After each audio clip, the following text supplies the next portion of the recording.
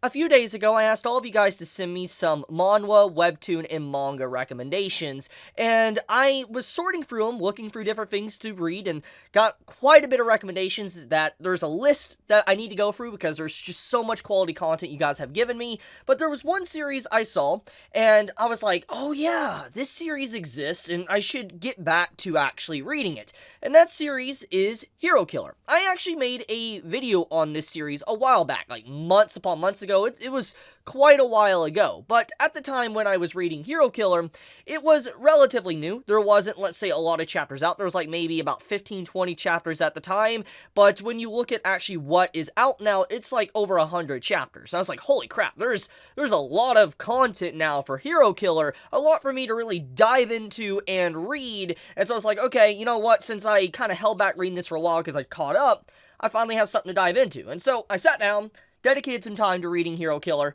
and here I am making a video. Now, before I go any further, because I'm putting the, the cart before the horse, what is it about? Well, I think the title alone kind of gives it away, but there obviously needs to be a lot more clarification, kind of what to expect from the story, if it is something that would necessarily interest you, or something that you're just going to be like, yeah, I'm just going to skip. But overall, I do think it's a good series, and I do think that many will get very interested in Hero Killer. So, okay, the premise. I guess let's tackle the title. So the title is obviously called Hero Killer, which is basically a reference to our main female character. Yeah, our main character is female, and I'm gonna say she is pretty awesome. Like, legit, it has some really good fighting style moments. She has great art, and I have to say that I really just like the writing of the main female character. She isn't someone that is like a Mary Stu, so to speak. She legitimately is an awesome female character, and I'm really happy about that, because it's like, as much as, I like, male characters and, isekai and stuff, I do like a really strong, good female character, and that's exactly what our main character is of Hero Killer.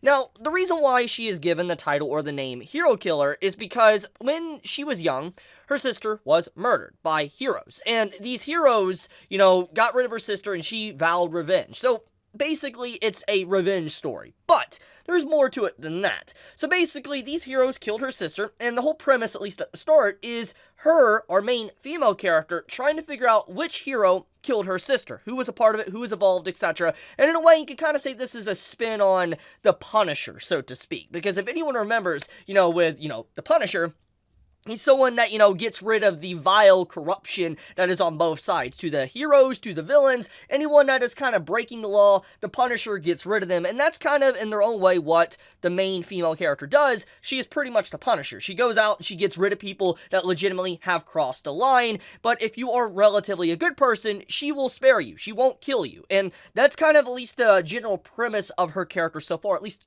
how far I have read for the story. Now, I don't know if she's necessarily going to fall to the dark or go more into the light side. I have no idea, but at least with the way the story has been presented so far, our main female character, she's straight down the middle. Like, she's legitimately playing both sides. She's a morally gray character, and I mean, it makes sense. I mean, she's killing people, so it doesn't necessarily mean she's a good person, but she isn't someone that's just doing these things just for the sake of feeling powerful, or the sake of, oh, she gets a rush from it or whatever. She's doing it for vengeance, but also just getting rid of people that obviously are a stain on society. So I love those type of characters. I'm a sucker for characters that just are morally gray and do these questionable things, but you can be like, you know what, it makes sense why they're doing this. It's nice. I like those mature story elements within series I read, and that's exactly what Hero Killer kind of presents to its audience. But let's dive a little bit deeper. So, besides obviously her overall revenge plot and trying to figure this stuff out, there is obviously superpowers, because, the title's called Hero, Hero Killer.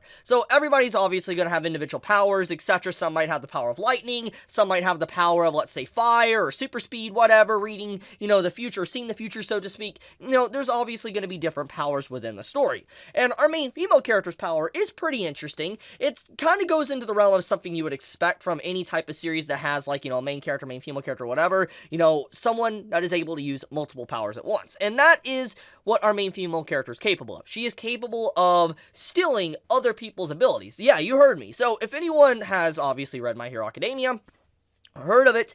I think everybody's heard of My Hero Academia.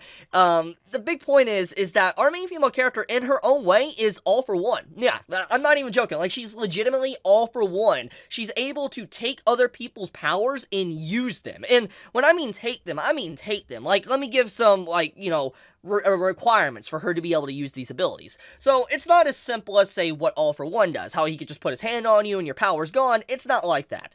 Basically, how she uses her ability, she does have to put her hand on you, but she has two options. If she takes your power, you could still use it briefly, or still use it technically if you're alive, but the thing is that she can use it only for a limited amount of time, and it varies from ability to ability. Let's say if it's a super, endurance heavy ability, she might be able to, might be only able to use it for like a few seconds. But if she gets something that's super relatively easy and not as taxing on her body, she could probably use it for 10 plus minutes, so to speak. And it depends on ability to ability, depending on the overall restrictions, which I think is nice because it does mean that depending on how super powerful said ability is, will overall destroy her body in different ways. It's a nice way to kind of limit the character without them becoming super, overpowered. But let's dive a little bit deeper. So, as I said, she's kind of like, all for one. She's able to take abilities, etc. But the way she permanently takes abilities is the interesting part. The way she does it, she has to kill the person. So, theoretically, we're just throwing an example out there. Someone has the ability to fly, okay? They're able to sprout wings out of their back like an angel and fly, okay? Pretty much, she is someone that would, to be able to have their ability permanently, she would have to kill them. Like, take their ability and then kill them. So, like, if she just straight up kills them without taking their ability, she won't get the ability. So she needs to see the ability, she needs to take the ability, and then while she has that ability for a limited amount of time, she needs to kill that person to be able to have that ability permanently, which I think is legitimately interesting because it does add multi-layers to it for her to obtain this. That means that she's theoretically not going to get abilities from, let's say, good people. Like, she's not. The only way she's going to be able to, take abilities permanently is by killing someone. So that is pretty fascinating. It also kind of opens the door up for a different area as well. Let's say a character is dying or bleeding out. Theoretically, she could try to take their ability and, finish them if they're one of her friends to kind of put them out of their misery for she can have their ability as well. That is also a theoretical possibility for the story if it wants to go that direction. But, anyways, Hero Killer.